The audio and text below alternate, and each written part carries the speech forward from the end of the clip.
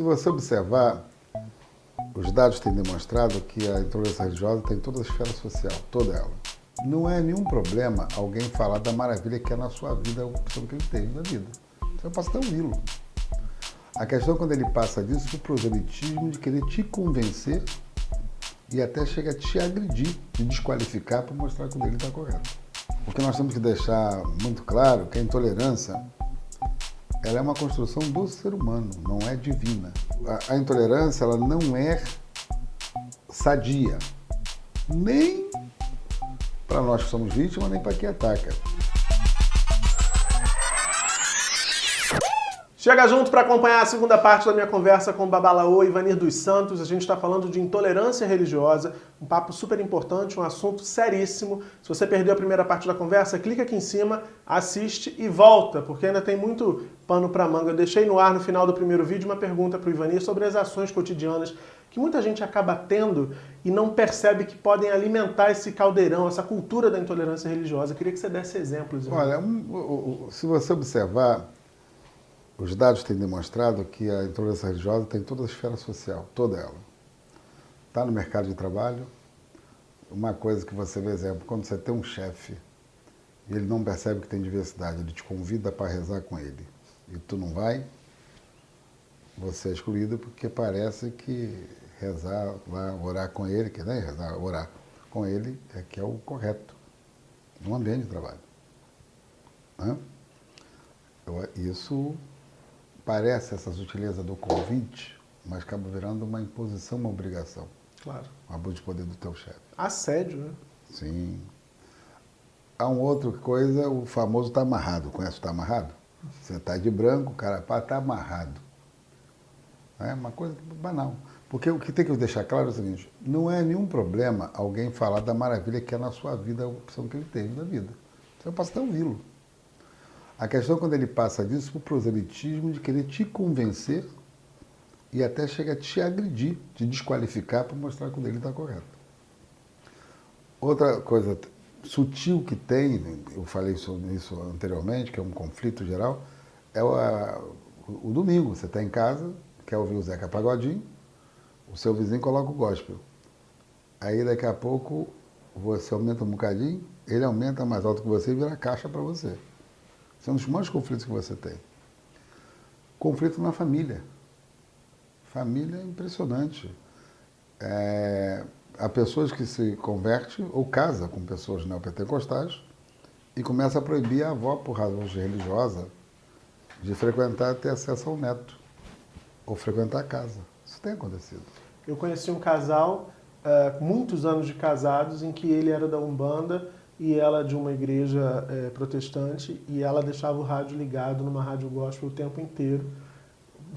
Era uma tortura para ele. Ele um dia falou, ela quer me enlouquecer com esse rádio aqui. Então, mas se ele botar lá o batuque dele, ela não quer ouvir, ela diz que é do demônio. Falando, são os conflitos. Assim, não se trata de quem vai ceder, porque todos têm que ceder. Claro. O grande problema na sociedade brasileira é isso, é que chegou um ponto que ninguém quer ceder. E nós temos que buscar um equilíbrio. Tem que ceder. Porque anteriormente nas comunidades você não tinha esse problema. Não tinha. As crianças evangélicas, no dia 27 do Corme Damião, corriam atrás de doce. Comia doce, ou não comia? Aí agora o pastor vai na igreja e diz que essa igreja não, que esse doce é do demônio, esse doce não. Mas o mesmo doce que ele diz que é o divino sagrado, ele comprou na mesma loja, na mesma fábrica. A fábrica foi a mesma. Então o que é que aconteceu? O Jesus não tem fábrica? Ou qual é a fábrica? Certo? E as crianças ficam tão infelizes porque têm vontade de comer o doce. Porque é isso que as pessoas constroem, é da cabeça delas. Porque nós temos que deixar muito claro que a intolerância ela é uma construção do ser humano, não é divina. Não é. Toda vez que a sociedade foi intolerante, ou que a coisa apareceu, dividiu países, eliminou grupos. Os judeus têm essa experiência muito clara na sua experiência de vida. Né? As cruzadas mostraram isso. Provoca guerras, a gente tem guerra religiosa ainda.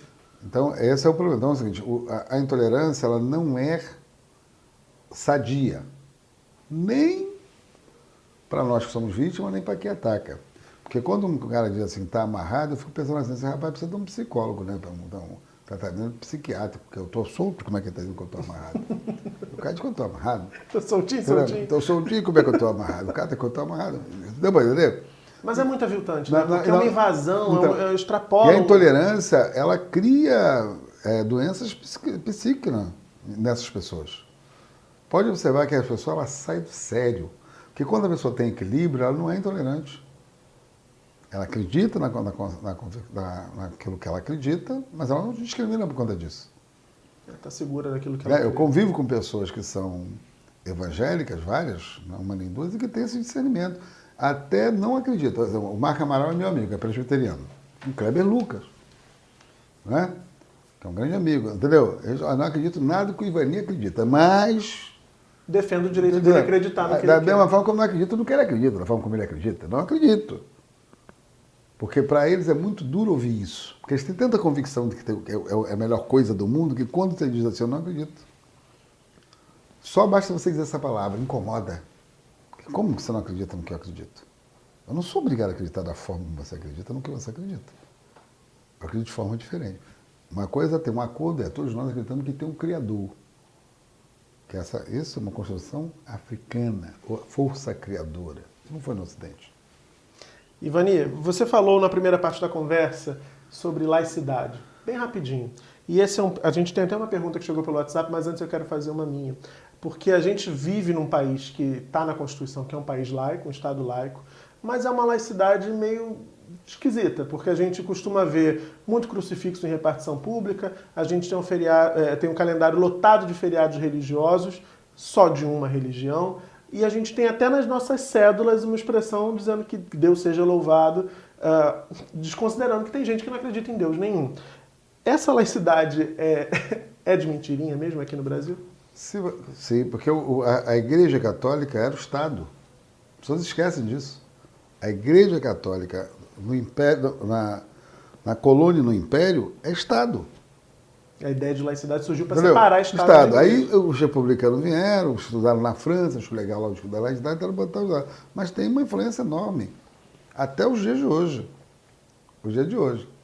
Tanto que o sincretismo religioso da Umbanda nasce com os santos católicos por conta disso, porque era feriado. Então, dia de Santa Bárbara era feriado, aí o cara ia lá cultuar. Aí está cultuando quem? A Santa Bárbara, não, era Inhansã, então virou Inhansã Santa Bárbara. O Oxum virou a Nossa Senhora da Conceição, o São Jorge, que é popular, né? Porque os umbandidos tornaram ele popular, é por causa do papel da igreja naquela época e dos feriados que existiam. Agora, tu vê a maior contradição da sociedade brasileira, você tem dois feriados que são feriados muito comemorados no Brasil. Um religioso, que é o 25 de dezembro, e o outro que não é religioso, mas tem um cunho, uma marca religiosa, que é o 31 para 1º de janeiro. Quando você vai jogar flores no mar, vai pular, vai botar branco. Olha só, quase ninguém pensou nisso. Quem constrói o Réveillon com essa roupa branca, não tem nenhum lugar do mundo, só tem aqui, para jogar flor, comer não sei o quê, são os umbandistas, aqui do Rio de Janeiro, que exportou para o Brasil todo. Percebe?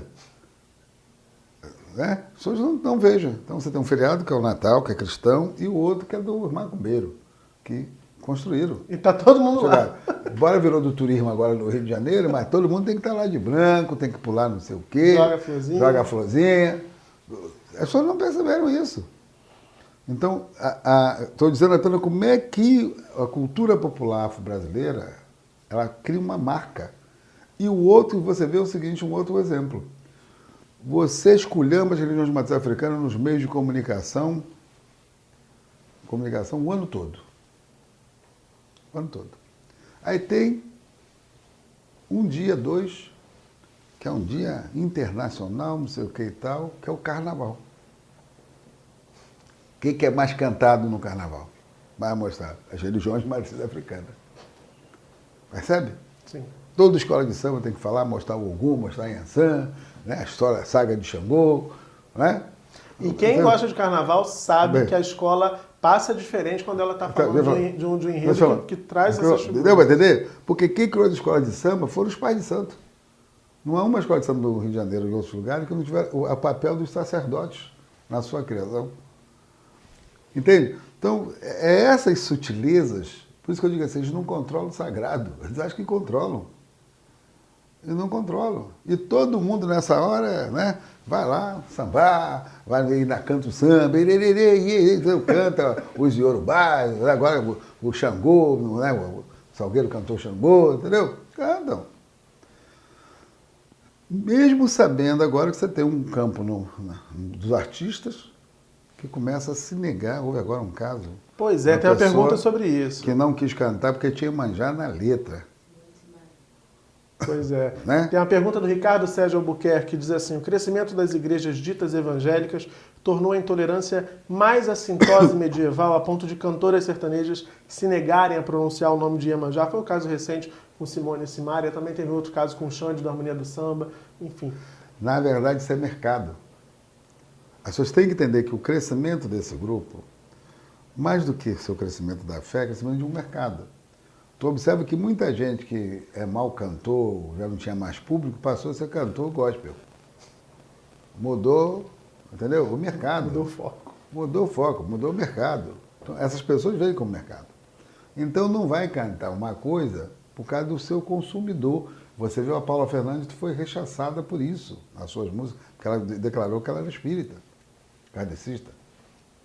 Isso não tinha antes. Nos anos 80, uma das músicas, anos 70, uma das músicas que mais fez mais sucesso, você lembra? O sino da igrejinha faz Belém bem bom, é meia-noite, o galo já cantou, do Martim da Vila. Que é uma samba, ou não foi? Seu Tranca-Rua, que é dono da gira, todo mundo cantava. Tocava no rádio. Clara Nunes. Então, cantava no rádio. Certo? Hoje não. Então, porque tem a ver com a cultura popular. E tem a ver com o mercado. Com o mercado. Então, na verdade, tem que observar que a intolerância também tem a ver com uma estratégia de mercado. E aí é mais perverso ainda. Mais mercado. Mercado e politicamente, porque o que aconteceu? Eles passaram a coesionar seu grupo, né, a fazer com que os pobres, porque se você observar, nos anos 40, 50, 60, até os anos 80, nos anos 90, o médico de pobre era a benzedeira, era a mãe de santo da comunidade. Assim como o analista de pobre é o preto velho. Todo mundo tem que ir lá no preto velho porque é o analista de pobre. Vai lá contar seu problema e tal, misifio. Tudo bem. Não é. Todo mundo sabe a função social e religiosa que tem. Mas isso vem de perseguição desde o Império, da colônia do Império. Os herbalistas, tanto que toma uma configuração de perseguição na República por causa dos médicos. Porque o que estava em jogo é o debate sobre a cura. Mercado de novo. Mercado de novo. Quer dizer, então, todo o que tem por trás dessas histórias não tem a ver com a fé. Tem a ver com o mercado, com o dinheiro, com o lucro. Não tem a ver com a fé. Vamos para mais uma pergunta aqui. A Maia Flor também mandou uma pergunta no WhatsApp dizendo que o Estado não é verdadeiramente laico. Precisamos combater o racismo contra as religiões de matriz africana. Ela diz, até que ponto não é a omissão de lideranças do candomblé e da Umbanda, por exemplo, o fato de não se envolverem mais ativamente nisso? Não é necessário se posicionar até mesmo para que essas religiões continuem existindo? Você é um cara, como eu disse, que tem décadas de atuação, de liderança falando 40 anos. 40 anos aí. Eu não era nem nascido, você já estava falando dessa questão e defendendo essa questão. Eu acho que ela está falando de outras lideranças que se sentem oprimidas e preferem... Sim, mas ela tem que observar duas coisas. Dois segmentos religiosos pensam o Estado. O Estado é construído a partir da visão cristã. O Estado foram os reformados. O Estado que nós conhecemos, o judiciário que nós conhecemos, o legislativo que nós conhecemos, é os reformados, que era para tirar o poder da nobreza e do rei. Na verdade é isso. Esse Estado ele não é laico. Ele nasceu a partir de uma vertente religiosa. As pessoas não falam sobre isso. Porque aí a laicidade tem a ver com isso. Conviver em conjunto, tá, mas desses grupos, dos outros não. Então nunca foi laico para nós. Nunca. Segunda questão é, as religiões batistas africanas, elas não são cartesianas, elas não pensam a relação com o Estado. Não é à toa que a sua forma de organização é diferente. Não é à toa que a grande briga é essa, tem que legalizar, ter estatutos e tal. Isso é uma construção cartesiana. Isso é construção... Por quê? Porque as igrejas, é a igreja que tem força, não você como indivíduo. Você é criado para sustentar a instituição. O candomblé não é assim. É a coletividade, é o coletivo. É o grupo. É o grupo, não é individual. Essa noção é uma noção capitalista, de construção capitalista, liberal, do indivíduo, força para o indivíduo. Então vai ter conflitos. De ver o mundo, inclusive. Né? A cosmovisão é totalmente diferente. Totalmente outra. O problema é que você vive numa sociedade que ela quer forçar uma única visão. Quer te enquadrar. Quer te enquadrar. Então esse é um conflito que tem para aí. Então a lógica da intolerância também, ela faz parte desse caldeirão. É você não aceitar outras formas de organização que não seja essa. Não é à toa que você diz assim, a maioria é cristã e você tem que se enquadrar. Você diz isso que você está dizendo. Só que a maioria não é. Ou seja, a maioria é, mas a totalidade não é. Você tem outros grupos. E essa diversidade tem que conviver no Estado. E o Estado teria que proteger esses grupos, na verdade, né? Certo. A gente tem mais uma pergunta aqui, a última que eu vou fazer do WhatsApp, a gente já está estourando o tempo também. Ela foi enviada pela Lorena Lopes. Ela pergunta se não é uma arrogância cristã a sociedade como um todo propagar expressões como vai com Deus e graças a Deus, ignorando que as pessoas podem não acreditar em Deus. E ela ainda complementa, uma pessoa de religião de matriz africana não pode dizer que Exu abra seus caminhos porque vai ser mal vista. Mas a gente tem que dizer. O problema é que eu não acho nada de ruim, quer dizer, vai com Deus. Eu digo que algum te acompanhe. É simples, você tem que responder. A pessoa tem que ouvir isso. O problema é que a gente não pode ficar intimidado de não dizer. Porque eu estou lhe desejando coisas boas. Quando eu digo que Exu abra seus caminhos, eu estou lhe desejando coisas boas. Que o Exu não é o diabo, não é o demônio, não tem nada a ver com o diabo, nem com o demônio. Mas a galera toda acha que é isso. Mas né? por conta dessa construção. Que você falou mais Que tem, mas eu não estou aqui para isso, estou para reafirmar. Você observa como é que eu ando? Eu ando assim todos os dias, né? Eu não ando assim um dia não, nem para ir na festa do candomblé. É a minha identidade. Para mostrar do ponto de vista epistemológico que tem novas formas de você se relacionar na sociedade. Tem identidade diferente. Paga-se um preço? Paga-se. Mas você impõe um respeito. Todo mundo me conhece. Todo mundo sabe, né? O do chapeuzinho e a roupa, né? Quando eu vou num lugar falar, não já até sabia, já sei o que ele vai falar. Porque se nós também não forçarmos nossa sociedade brasileira a ter identidades, assim como eu quero ver um muçulmano usar lá sua vestimenta e respeitar o budista, porque eles também sofrem. Sim. O tal amarrado também é para eles. Porque o tempo todo você quer uma sociedade ocidental forçando uma identidade, que você tem que ter esse comportamento, ou você está fora. Então, o nosso papel, eu sempre brinco com todo mundo, né? Agora, inclusive, até mais fácil, né? Porque agora eu sou pós-doutor, né? Estou no pós-doutorado e tal, né? Aí você tem um preto macumbeiro pós-doutor. Você até acha engraçado, né? Pô, ele fala bem, né? Acabou de ganhar um prêmio do Departamento de Estado americano, acabou de voltar dos Estados Unidos. Você observa isso, inclusive, na história. Você imagina o que é uma sociedade num momento como esse, que você força uma coisa, aí ganha um prêmio, representando toda a esfera ocidental, não foi só o Brasil. É o Brasil, as Américas e a Europa. Ganha um negro candomblecista, não é cristão. Você imagina?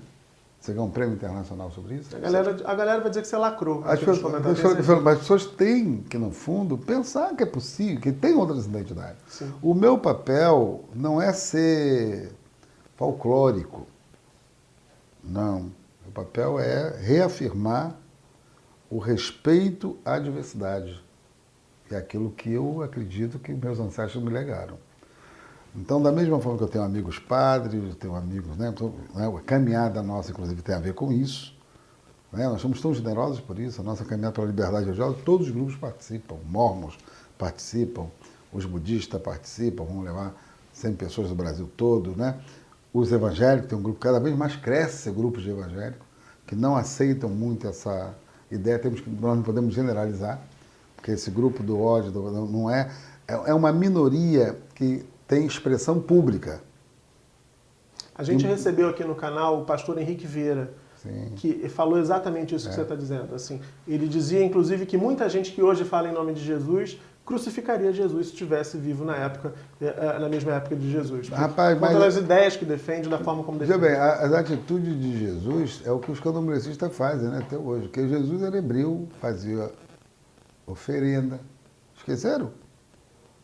Tem texto que ele fala sobre isso. Ele era hebreu, fazia oferenda, multiplicava o pão e o vinho.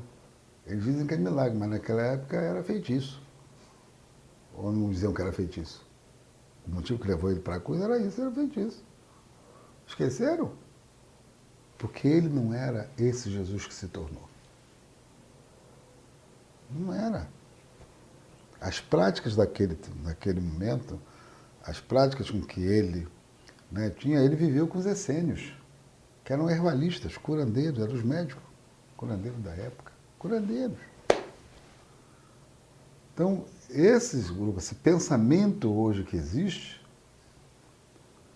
é cristão deles, porque Cristo não era cristão, era hebreu. Ivani, a gente está quase chegando no final, mesmo agora. Você é um babalaô, como eu disse no começo, a gente sempre busca religião, religiosidade em momentos complicados. A gente recebe muitos comentários já aqui no canal de gente que está percebendo um momento muito difícil no mundo todo, muita notícia ruim, enfim, uma carga, a gente pode dizer assim, uma carga negativa, assim. O que a tua fé, o que a tua religiosidade tem dito sobre esse momento, assim? Como é que a gente vai sair disso? Está perto da gente sair disso? Enfim. Primeiro, se você for pegar o Odu do ano que saiu em Ilé-Ifé, na Nigéria, acho que é o Torameji, o Odu que saiu esse ano. Se não me engano, acho que é o Torameji. Você vai ver o que ele está dizendo. O que é Odu, só para a galera? O Odu é o destino, é o caminho. Como nós atravessamos, como é que nós vamos atravessar até o ano que vem. Nós estamos no ano 10.061, os Yorubás. Não está no ano 2000, nem no 5.000, está no 10.061. Ele fala sobre esse momento de guerra, de muita incompreensão, de muitos conflitos, de briga na família. Ele fala sobre isso. Esse é o Odu.